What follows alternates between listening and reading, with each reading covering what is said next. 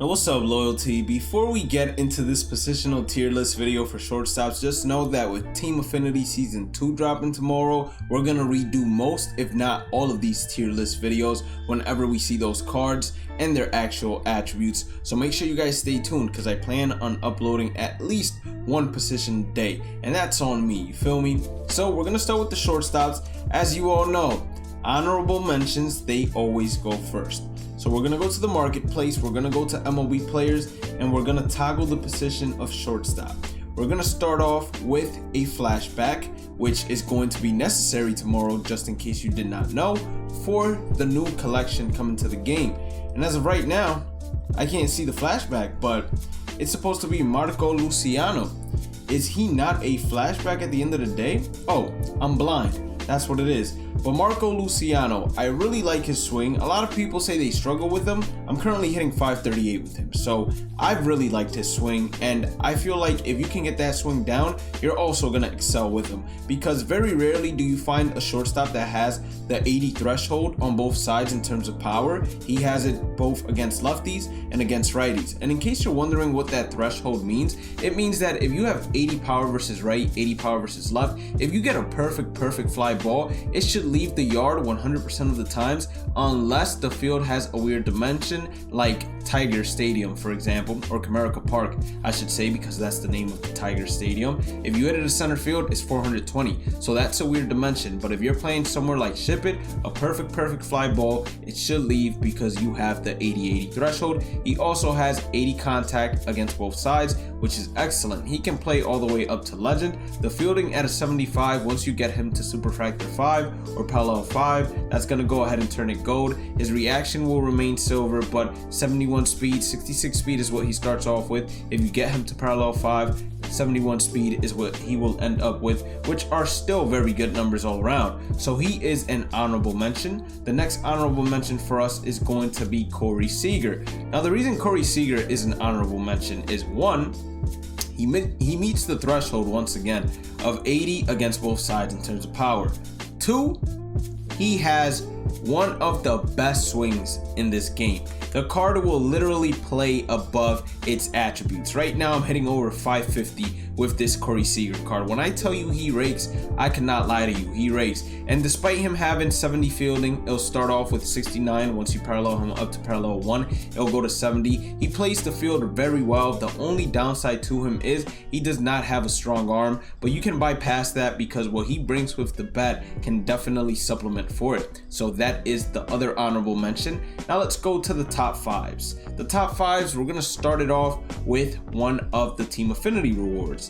And when we go to collections, we go all the way to legends and flashbacks, and then the 42. Make sure you guys pay attention to this screen tomorrow, not the 42, but the collections screen, because there is going to be a new legend.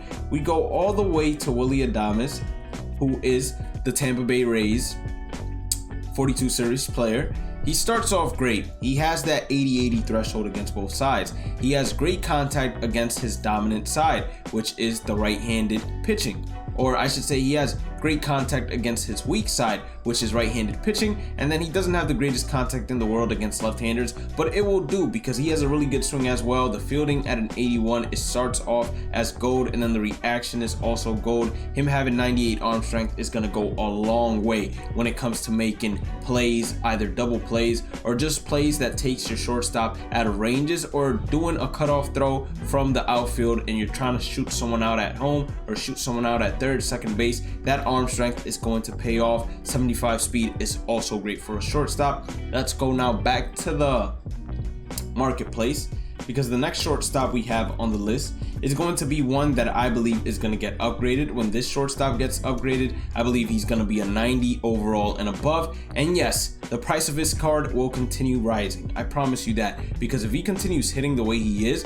that contact versus right is going to get an insane amount, and he's going to be usable on all difficulties. I mean, he already has matched that threshold of 80-80 against both sides. He only struggles against his weak side. We're hitting 500 with him. He has gold fielding fielding, gold reaction, and then 99 arm strength. The fielding might take a hit although, because he leads the majors in home runs. So they might upgrade the contact and then downgrade the fielding in order to balance it out so he doesn't jump up too high inside the overalls, because of course they don't want anyone catching up to Mike Trout or anyone catching up to Ronald Acuna Jr. as of right now. But Fernando Tatis Jr., in my personal opinion, definitely has the opportunity to do so. He's going to be coming in at number 4. Now before we go to number 3, please make sure you guys go ahead and hit that like button and red subscribe button on this video. Helps out the channel a lot, helps it expand, helps it grow, helps loyalty just become a phenomenal community. Also, we have a Discord server. Click on the description, Discord, and then the link that will be the Discord server. You will also see all my other socials. If you guys want to go ahead and follow it, you will be notified whenever we do go live by there. Usually it's each and every single day at 1 a.m. Eastern. And turn on the channel notifications. If you would like to become a member of the channel, you'll be able to join our custom members only league if you become a member of the Lion or Lion King level, and that allows you to face me at least once in that custom league. And we're going to be doing multiple custom leagues and streaming it as well. So now it's time for number 3. Number 3 is one of those players that's a really good player, but in order for you to excel with him, you need to go ahead and learn his swing, and that's gonna be 94 Ernie Banks. We're currently hitting 667 with him, but we only have 5 games played with him, so that's not enough time to actually say, hey, this card is a monster. But this card is a monster. He has above 90 power against both sides.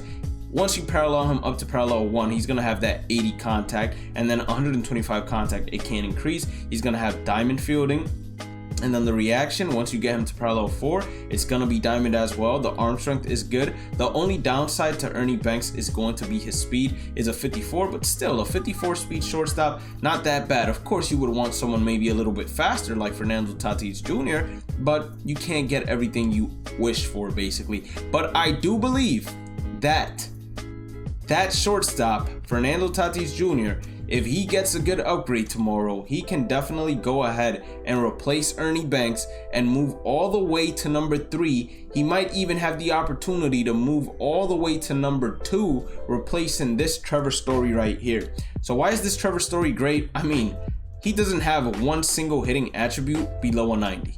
That makes him phenomenal right there. I'm currently hitting 750, but I've only used him for 3 games. I've hit a home run, I think, in each one of my hits. Yeah, 3 hits, 3 home runs. The kid is swinging out of this world. It can be an inside pitch. I don't know what is up with his swing. He can just turn on it. You can get him from the Battle Royale program. You can get Ernie Banks from completing the entire NL Central collection. Fernando Tatis Jr. is a Live Series player. You open him in a pack, or you buy him off the marketplace. Willie Adams, Team Affinity, Tampa Bay Rays, AL East. Corey Seager, Live Series, same thing as Fernando Tatis Jr. And then Marco Luciano, he is a prospect. I'm positive he was in either a space set or a prospect set pack, but I'm positive it was a space set. So the hitting attributes on Trevor Story are amazing. The fielding is amazing. Arm strength is amazing. Reaction is amazing. All of that, they're diamond. And then the speed at an 87, what more could you ask for out of a shortstop? He's going to have great range and he's going to be able to run down everything. But if you do want to know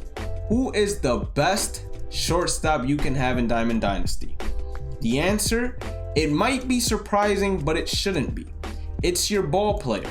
So there's a visual bug, just in case you did not know, that despite what overall your ball player might truly be, it's going to show him as a 65 overall. Now, in order to see what his actual attributes will look like, you go into Play versus CPU, and then before you enter a game, just look at the lineup screen wherever your ball player is hitting, and then you will see his true attributes. So I have the Hawk as my diamond archetype: 125 contact against both sides, 106 power against both sides, 114 vision, 99 fielding, 95 arm strength, 98 reaction, 81 speed, and then 76 stealing.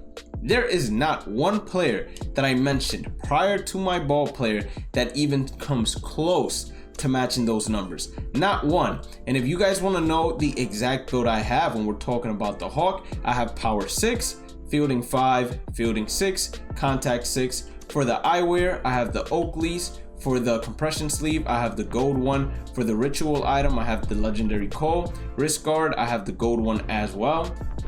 Batting gloves, I have the B130s, but you can also use the free camo ones that they went ahead and gave us. For the bat grip, I have the Jackie Robinson map bat grip, but you can also use the free ones that they gave us. For the bat, I have the pre-order edition because that's the one that gives +8/+8. You can also use the bat from the Jackie Robinson map if you would like to. And then I'm not sure how you get this bat, but if it was available for free for everyone, you can also use that one. I think that might be the one that came with the camo, or it was this one right here that came with the camo.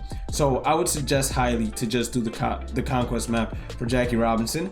The socks, we use the Jackie Robinson map ones as well, as they have the best attributes. The cleats, Jackie Robinson cleats. Shin guard doesn't matter, leg guard doesn't matter. Fielding glove, the Alex Bregman fielding glove is going to be the best fielding glove, and then the rest does not matter. And how is our player so good? Well, we raised all his attributes in Road to the Show to 50, so he has 50 base attribute in terms of contact, power, vision, all of that good stuff. And then on top of that, he gets the equipment boost and then the perks boost, and that's what makes him have the attributes he has. But like I said, if you were wondering what was the best player at short, it's going to be your ball player 10 out of 10 times, regardless of those new Team Affinity Season 2 cards coming out. Now, if you did end up enjoying today's content, once again, please make sure to hit that like button, red subscribe button. Don't forget to follow me on all my socials. Have a blessed day and night. Stay positive, stay safe, stay blessed, and I will catch you all in the next one. Peace out.